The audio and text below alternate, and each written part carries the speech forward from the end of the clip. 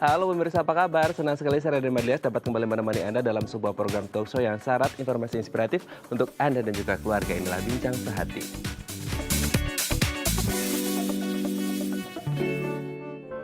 Ya, pemirsa, penularan suatu penyakit yang disebabkan oleh bakteri atau virus ini sebenarnya bisa dicegah dengan vaksinasi. Nah, vaksin ini sendiri berfungsi untuk menciptakan kekebalan tubuh terhadap suatu penyakit tertentu. Oleh karena itu, vaksin ini menjadi sangat penting gitu ya. Nah, di sini kita harus tahu nih, penyakit apa aja sih yang ada vaksinnya. Nah, inilah topik yang akan kita bahas hari ini, yaitu vaksin dan penyakitnya.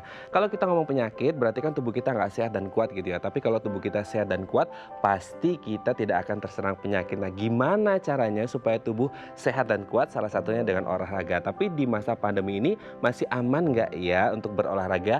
Aman ternyata, dan ada beberapa olahraga yang katanya pas dilakukan selama masa pandemi. Apa saja kita bahas satu-satu ya.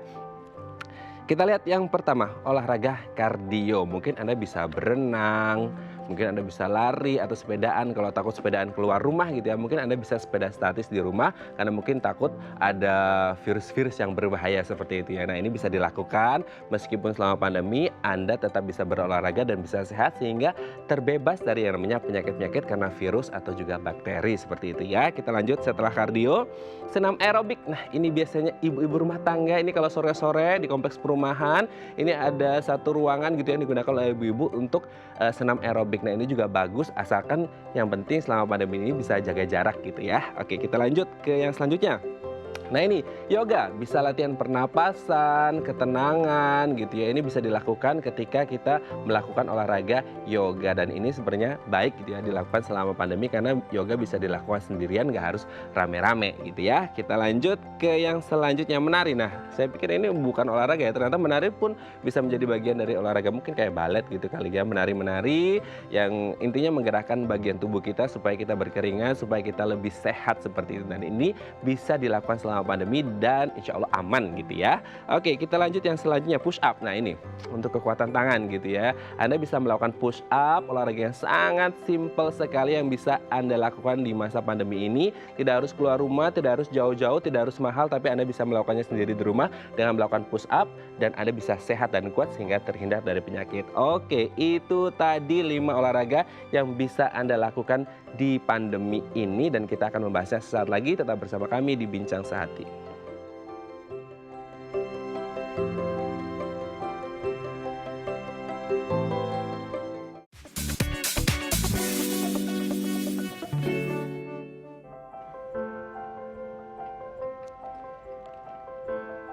Baik, Anda masih bersama kami di Bincang Sehati. Tadi di segmen sebelumnya kita sudah membahas beberapa olahraga yang bisa kita lakukan dan pas dilakukan selama masa pandemi. Nah, untuk mengklarifikasinya telah tersambung bersama kami di sambungan Zoom dengan Dr. Michael Triangto, SPKU, spesialis kedokteran olahraga. Selamat pagi, Dr. Michael, apa kabar? Pagi, Mas Raden. Baik-baik saja, terima kasih. Baik-baik ya dok ya. Oke dok, hari ini kita akan membahas nih dok. Sebenarnya kan kalau tema besarnya vaksin dan penyakitnya, tapi kita akan berfokus pada supaya tetap sehat, supaya nggak kena penyakit gitu ya dok ya. Kita salah satu yang bisa lakukan adalah dengan berolahraga. Tapi pertanyaannya mungkin banyak yang khawatir nih dok, di masa pandemi ini mereka takut untuk berolahraga keluar rumah gitu. Nah, ini ada beberapa olahraga yang katanya baik dilakukan selama masa pandemi dan pas. Kita lihat ya dok ya. Yang pertama, kardio. Nah, ini bagus dan aman, lumayan aman gitu ya dok ya dilakukan selama masa pandemi. Em, Relatif aman ya. Ah, Kenapa saya katakan relatif? Karena tetap kita harus memperhatikan beberapa faktor, di antaranya adalah tujuan dari olahraga kardio tadi, mhm. jaga jaraknya itu kita mampu atau tidak untuk melakukannya, penggunaan peralatan bersama, tempat dan lamanya kita melakukan latihan tersebut, dan yang terakhir adalah harus atau tidak penggunaan masker.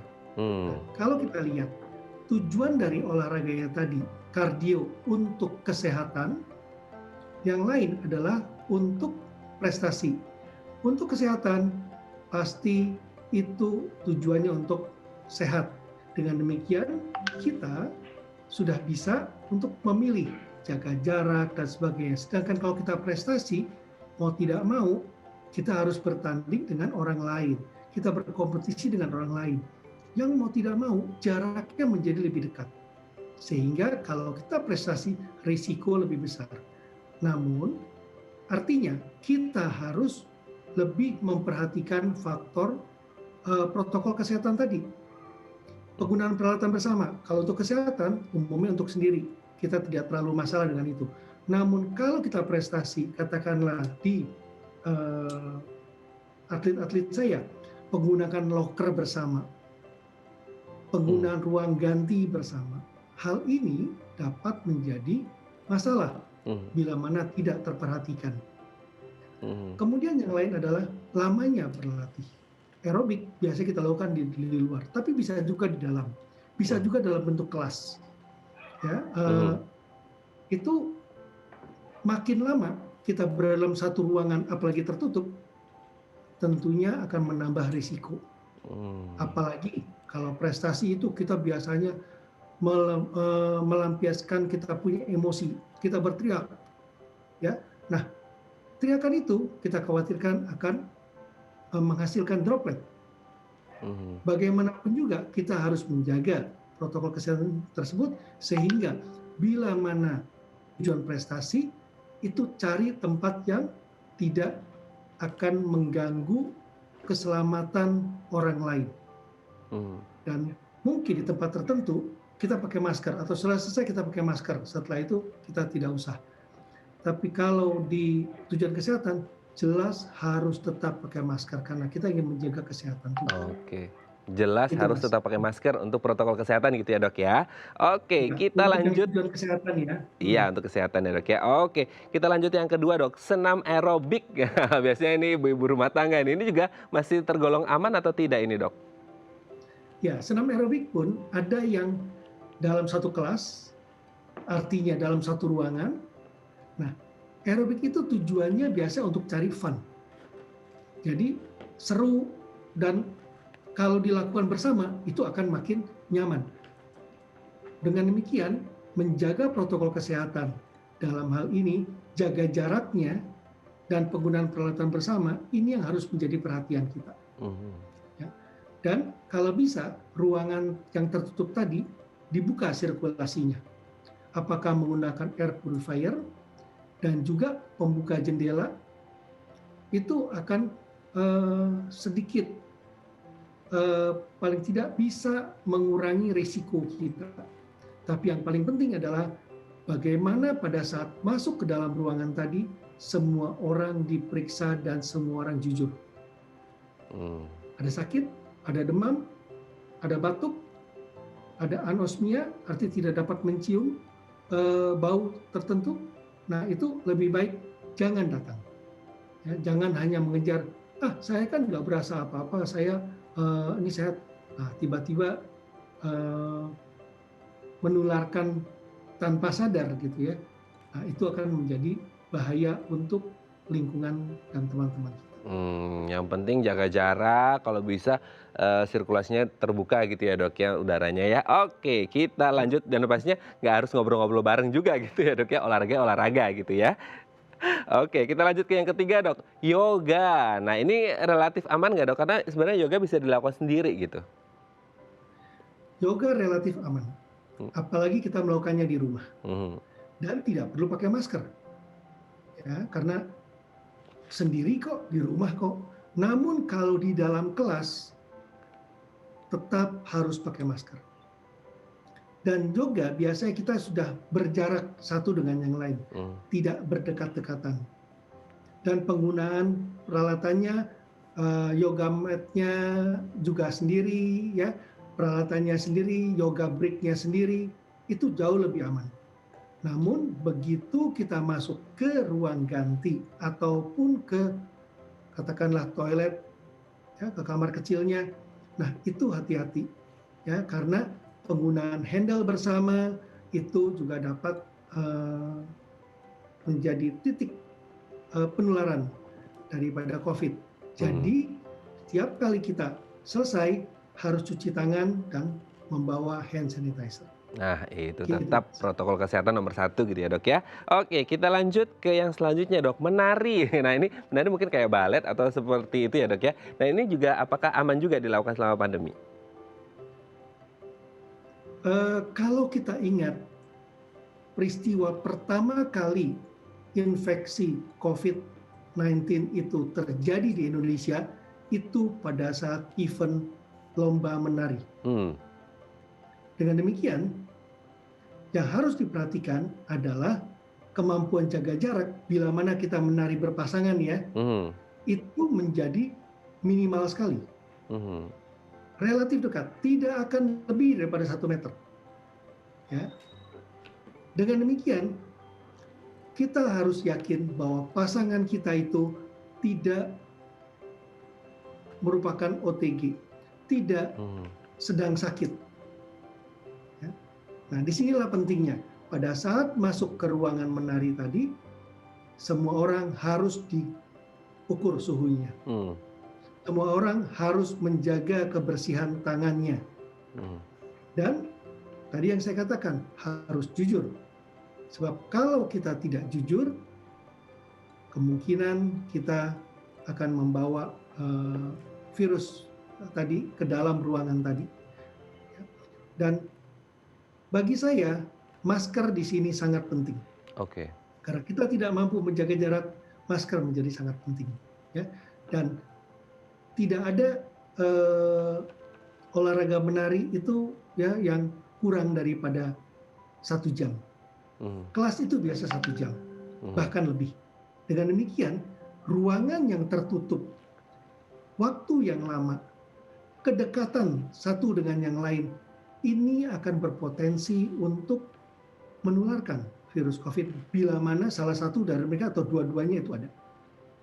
Jadi, yang penting adalah bagaimana kita tahu pasangan kita itu kita yakin dia adalah orang yang bertanggung jawab untuk menjaga kesehatan dirinya, menjaga kesehatan juga terhadap keluarga dan lingkungannya. Terima Hmm. kasih. Oke dok, kita lanjut yang terakhir dok, push up. Nah ini juga mungkin sendirian kalau ini nggak perlu teman menari gitu ya. Ini push up sendirian juga relatif aman apa enggak ini dok?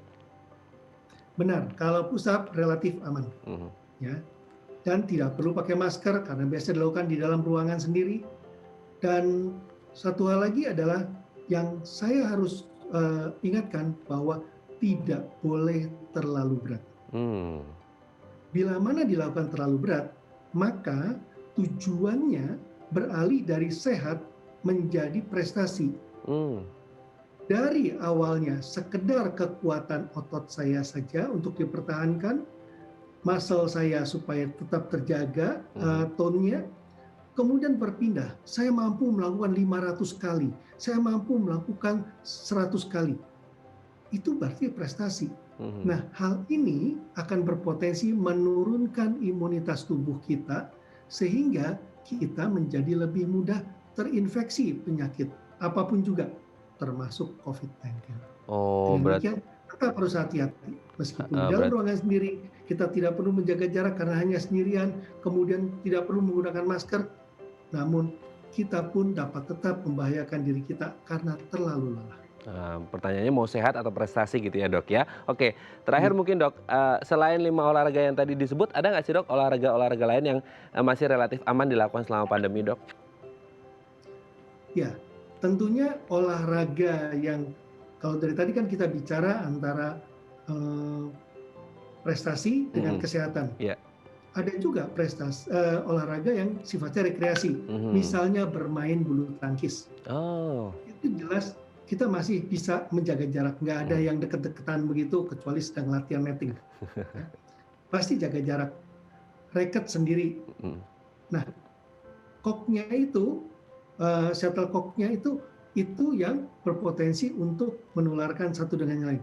Namun kembali lagi, bila mana kita yakin bahwa teman kita, pasangan kita itu adalah orang yang sehat, benar-benar sehat, dan menjaga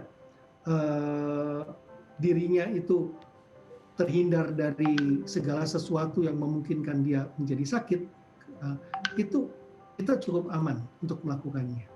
Ya, cukup Oke. aman. Dan akan lebih aman lagi bila mana kita juga tetap menggunakan masker. Nah itu tetap aman dengan protokol kesehatan dan tetap pakai masker gitu ya dok ya. Baik, terima kasih Dr. Michael Triangto SPKO sudah berbagi bersama kami di hari ini di Bincang Sehati. Sehat terus dok dan salam untuk keluarga di rumah. Terima kasih dok, selamat Terima pagi. kasih. Baik, pemirsa, selanjutnya kita akan membahas tema kita hari ini, vaksin dan penyakitnya. Bagi Anda yang memiliki pertanyaan, Anda bisa menghubungi kami di nomor 0212903244 atau DM Instagram kami di @bincangsaati.tv. Kami akan segera kembali.